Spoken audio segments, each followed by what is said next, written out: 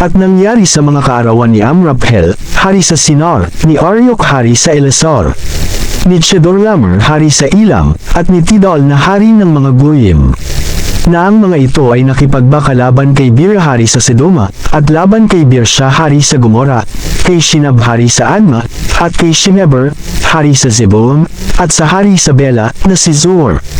Lahat ng ito ay nagkatipon sa libis ng Siddim na siyang dagat na alat. 12 taong nagsipaglangkod kay Chedorlaomer, at sa ika-13 taon ay nagsipaghimagsik. At sa ika-14 na taon ay dumating si Chedorlaomer at ang mga haring kasama niya, at sinaktan ang mga Rephaim sa Ashtaroth Karnaim, at ang mga Zosita sa Ham, at ang mga Emita sa Shave Siritain, at ang mga Horio sa kanilang kabundukan ng Ser, hanggang Elpera na nasa tabi ng Ilam. At sila'y nangagbalik at nagsiparon sa Enmispat na siyang Kades, at kanilang sinaktan ng buong lupain ng mga Amalesita at pati ng mga Amorio na nagsisitahan sa Hazazon Tamar.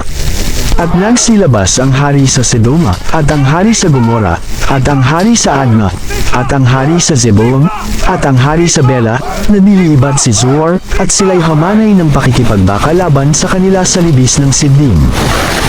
Laban kay Chedorlaomer, hari sa Ilam, at kay Tidal na hari ng mga Goyim, at kay Amraphel, hari sa Shinar, at kay Arioch, hari sa Elasar, 4 na hari laban sa 5, at ang libis ng Siddim ay puno ng hukay ng biton.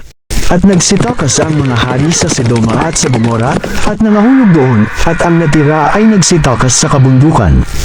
At kanilang sinamsam ang lahat ng pag-aari ng Sedoma at Gomora, at ang lahat nilang pagkain, at nagsiyaon.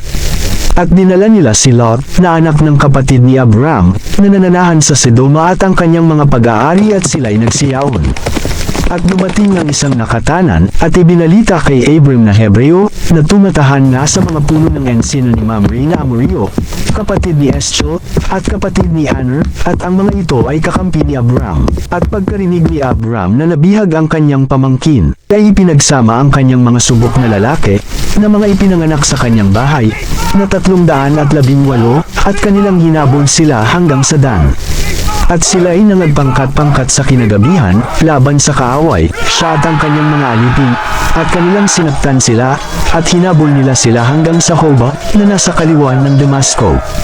At iniuwi niya ang lahat ng pag-aari, at iniuwi rin niya si Lot na kanyang pamangkin, at ang kanyang mga pag-aari, at gayon din ang mga babae at ang bayan.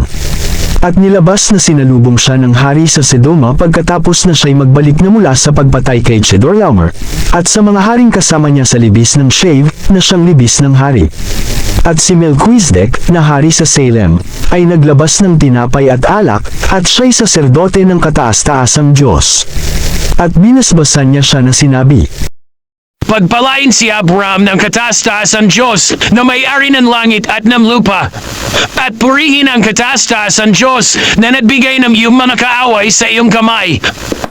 At binigyan siya ni Abram ng 10 bahagi ng buong samsam. At sinabi ng hari sa Sedoma kay Abram, Ibigay mo sa akin ang mga tao at kunin mo sa ganang iwan mga pag-aari.